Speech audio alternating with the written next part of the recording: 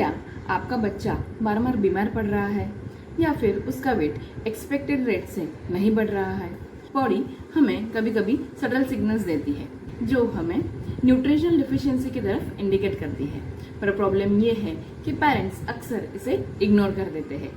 नमस्ते, मैं डॉक्टर एकता चोटाई। आज की वीडियो में हम बात करेंगे वो 5 कॉमन साइंस जो न्यूट्रिशनल डेफिशिएंसी की तरफ इंडिकेट करते हैं। सबसे पहला साइन है पुअर वेट गेन या ग्रोथ। अगर बच्चा एडिक्वेट डाइट लेने के बाद भी वेट गेन नहीं कर रहा है या फिर उसकी प्रॉपरली ग्रोथ नहीं हो रही है तो एक बार न्यूट्रिशन असेसमेंट जरूरी है। इसके पीछे कभी कभी iron deficiency, zinc deficiency, vitamin deficiency या फिर कभी कभी ओवरऑल कैलोरी इनटेक कम हो सकता है। दूसरा साइन है फ्रीक्वेंट फटीग और लो एनर्जी। अगर बच्चा बार बार थक जाता हो, पहले की तरह एक्टिव ना हो या फिर थोड़ा सा ही खेलने के बाद बच्चा थक जाता हो या फिर बच्चा हमेशा टायर्ड ही रहता हो तो इसके पीछे आयरन डेफिशिएंसी हो सकती है। आयरन की कमी की वजह से बॉडी सेल्स को प्रॉपरली ऑक्सीजन नहीं मिलता और उसकी वजह से बच्चा हमेशा वीक या फिर टायर्ड फील करता है। पर एक बात जरूर ध्यान रखें कि अगर बच्चा वीक है तो उसके पीछे आयरन डेफिशिएंसी ही हो ये जरूरी नहीं है, दूसरे कई सारे रीजंस हैं, इसलिए इवैल्यूएशन करना जरूरी है।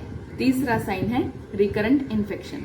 अगर बच्चा बार बार बीमार पड़ रहा हो, उसको अनयूजुअली फ्रीक्वेंट इन्फेक्शंस हो रहे हो तो इसके पीछे iron deficiency, vitamin D deficiency, protein deficiency immune function को अफेक्ट कर सकता है।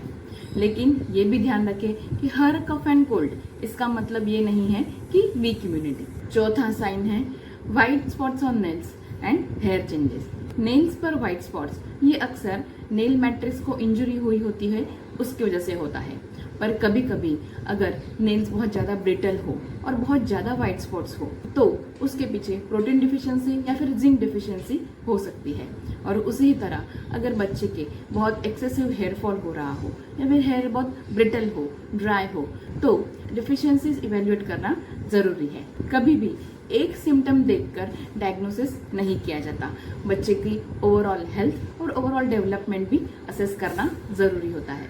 पांचवा साइन है पुअर एपेटाइट और इरिटेबिलिटी। अगर बच्चा खाने में इंटरेस्ट ही नहीं दिखा रहा है या फिर बच्चा बहुत पिकी ईटर है या फिर बच्चा हर टाइम चिड़चिड़ा रहता है, तुरंत गुस्सा आ जाता है तो एक बार न्यूट्रिशन असेसमेंट करना जरूरी होता है। आयरन डेफिशिएंसी और कुछ माइक्रोन्यूट्रिएंट डेफिशिएंसी की वजह से कुछ बिहेवियरल चेंजेस आ सकते हैं और एपेटाइट चेंजेस भी हो सकते हैं।